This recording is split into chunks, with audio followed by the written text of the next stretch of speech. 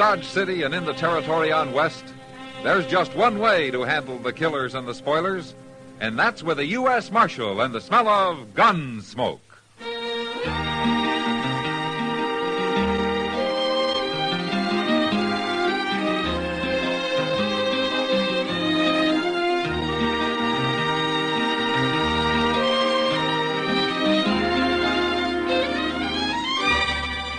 Gunsmoke, starring William Conrad. The transcribed story of the violence that moved west with young America. And the story of a man who moved with it. I'm that man. Matt Dillon, United States Marshal. The first man they look for and the last they want to meet. It's a chancy job, and it makes a man watchful. And a little lonely.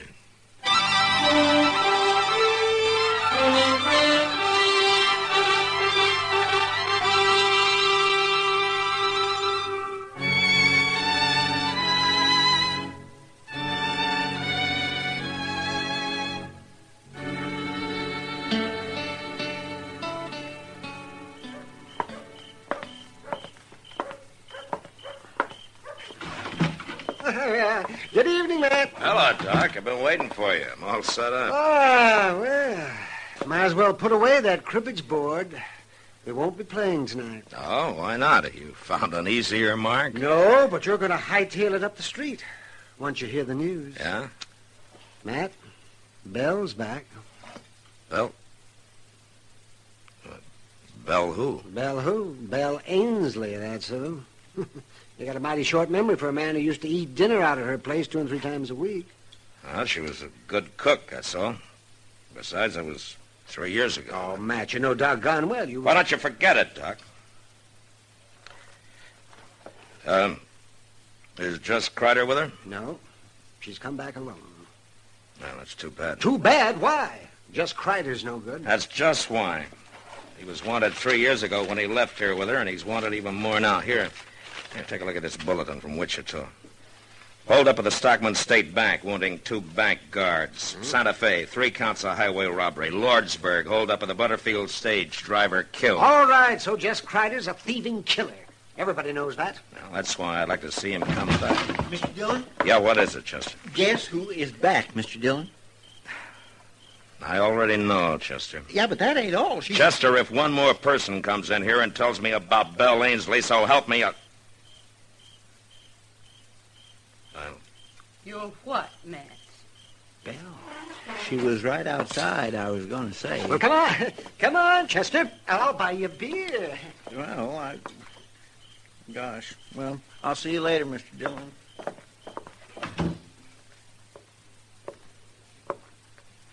How are you, Matt? I'm fine, Belle. And you? Oh, a little older. Are you visiting, or are you planning on staying? Well, I'm staying. If the town will let me. What about Jess Crider? Where is he, Belle? I don't know. And I don't care. I left him in Durango. I'm through with him, Matt. I see. I want to stay here with my father. He's getting old, and my kid sister, Phyllis, well, she's grown into a young woman since I went away. And pretty bitter, I understand, when it comes to you. She'll get over it. Everybody will, if you'll help me, Matt. Help you? 3 months after I left, I came back, if you remember. And I found the good people of Dodge had already tried and condemned me. What could I do but go back to Jess? Well, you chose to run off with him in the first place. Chose. Who knew whether I had? Who bothered to ask? You? Anybody? What are you saying? Matt, I rode out of Dodge, thrown across the back of Jess Crider's saddle, with a gag in my mouth and my hands tied. Oh. Why didn't you tell somebody that? Who'd have believed it? Yeah, but he didn't keep your hands tied for 3 years, Belle. Matt, a woman has to have somebody. Somebody who wants her. And nobody here did. As bad as he was, Jess was my man. Yeah. What do you want me to do, Bill? Just tell people, that's all. if you believe me. Just tell them how it happened.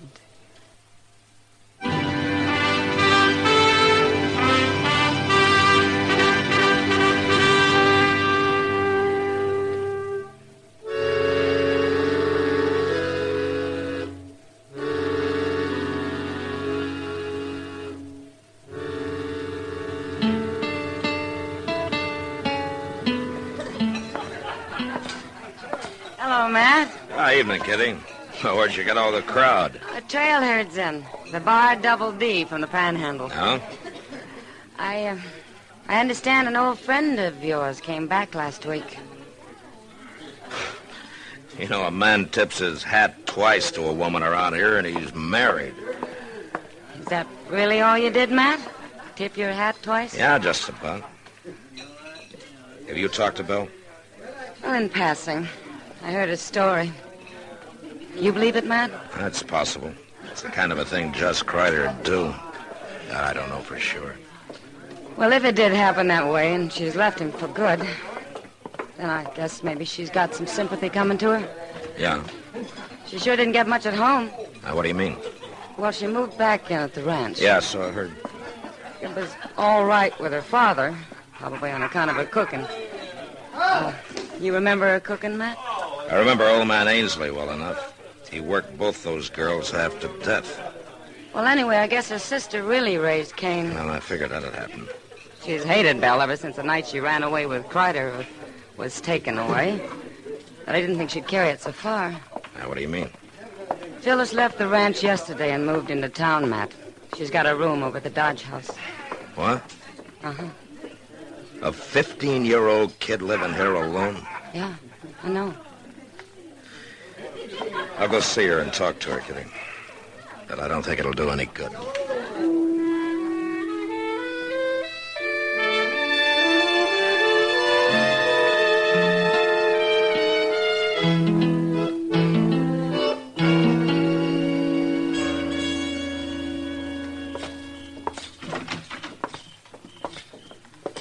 Well, good evening, Marshal. Chester.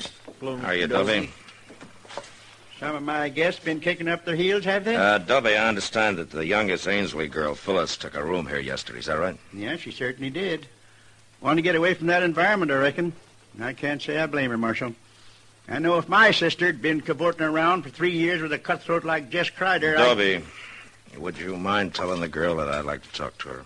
Well, I can't very well do that, Marshal. Oh, why not? Because she up and left this evening. What? Yep. I've already let the room to somebody else. She said she was leaving the country and wasn't coming back. Leaving the country? Well, was she alone? Well, now, she walked out alone, but I kind of had the impression there was some man waiting for her outside. And you let her go? Well, there wasn't nothing I could do about it. Well, you could have told somebody, or family, or me. She's only 15, Dovey. Well, that's growed up the way I look at it. Anyway, I figured it's just another case like our sister Belle. It sure ain't none of my responsibility.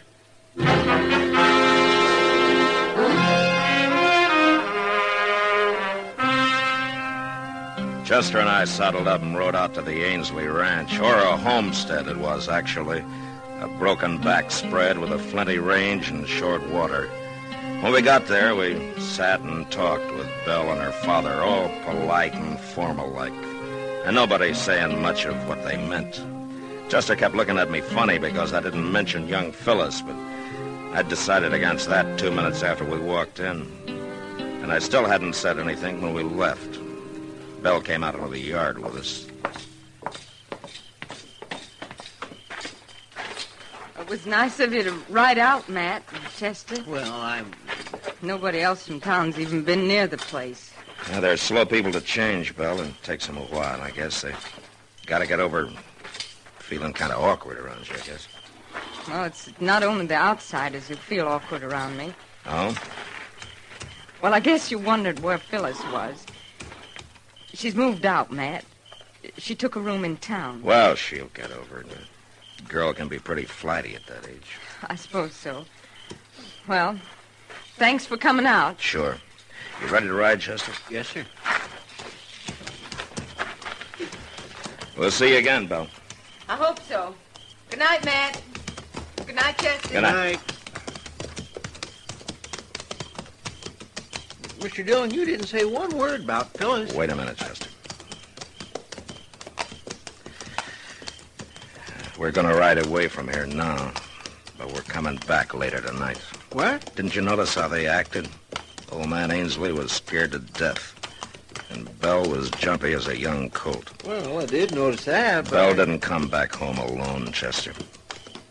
Jess Crider's around somewhere.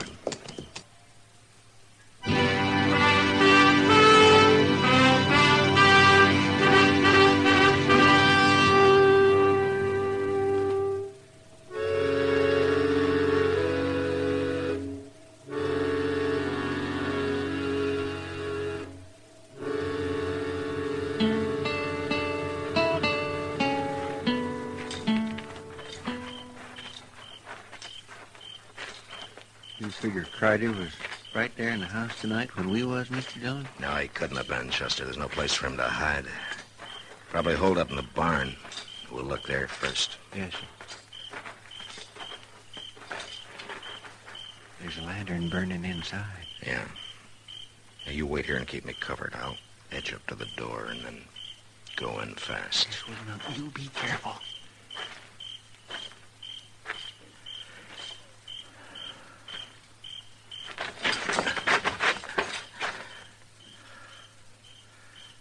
Crider?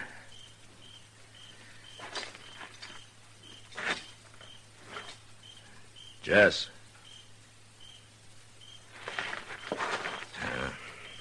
Come on in, Chester.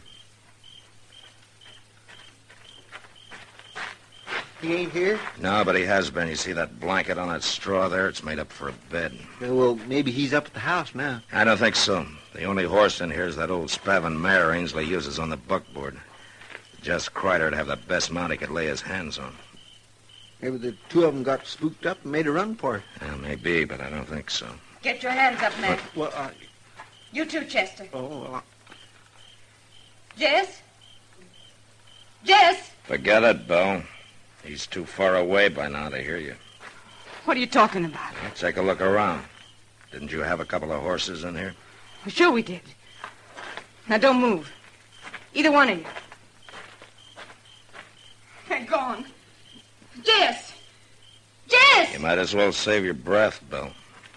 He took both saddles and the packs. You know where he went? Well, I can guess. Where? When's the last time you saw him this evening? Just before dark.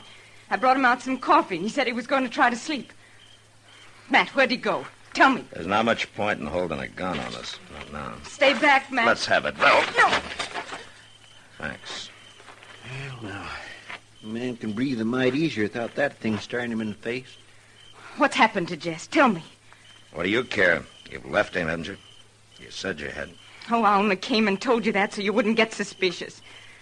Jess caught a bullet in that holdup at Elko. It was bothering him some, and we had to find a place to stay for a while. So you brought him home to the family, huh?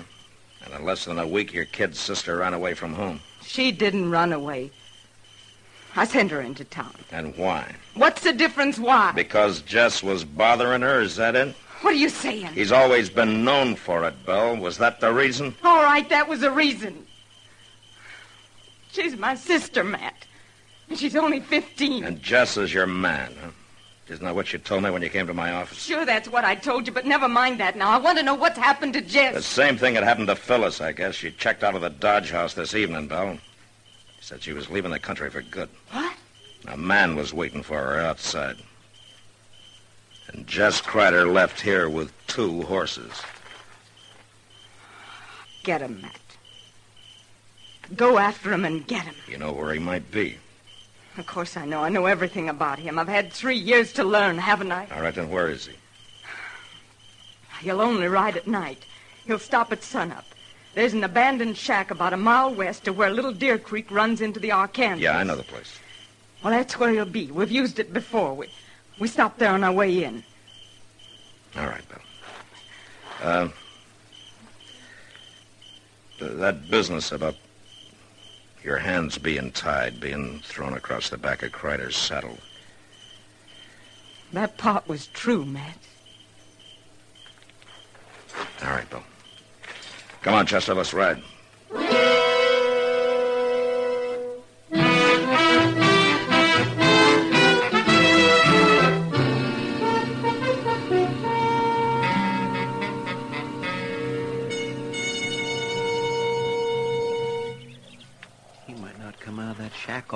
Mr. Dillon. He will, Chester. They just got here. Those horses are still sweating. He won't leave them standing there saddled for long. It wouldn't be too hard a chore to slip up through that plum thicket there at the back. No. If he fights, I don't want the girl in it. We just wait till he comes out. Doggone if I can understand women at all, Mr. Dillon. I've had the same trouble myself a time or two, Chester. But why would that nice young girl want to go running off with a murdering outlaw like Jess Crider? Maybe it's more a matter of hitting back at her sister. She's let her hate for Belle build up till it's driven her half crazy, I guess. Somebody's coming out. It's him. Yeah. Easy now. We'll just let him get clear of the cabin.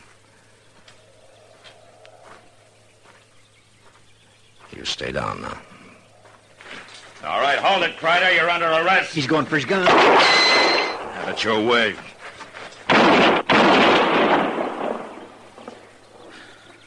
Okay, Chester.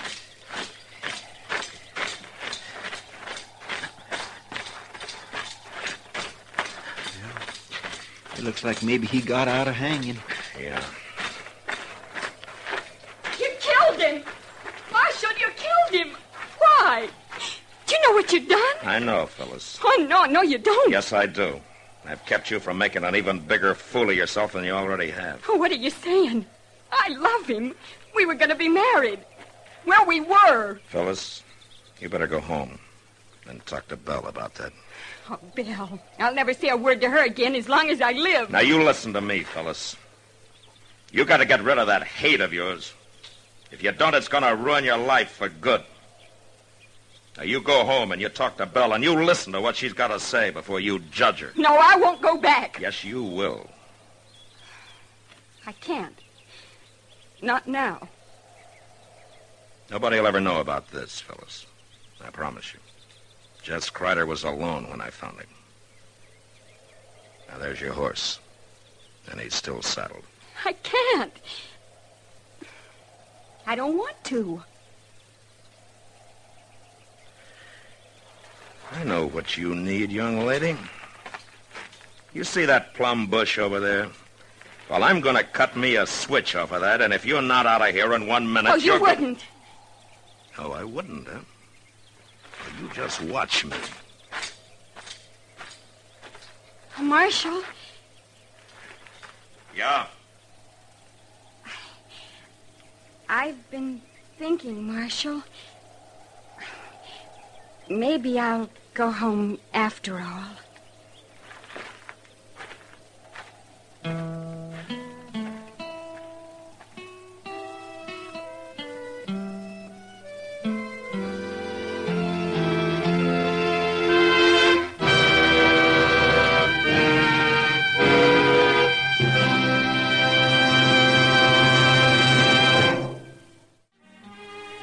Gunsmoke.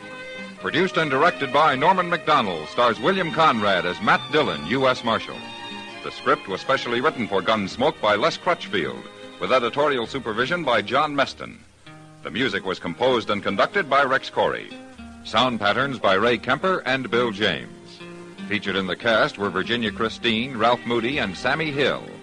Parley Bear is Chester, Howard McNear is Doc, and Georgia Ellis is Kitty.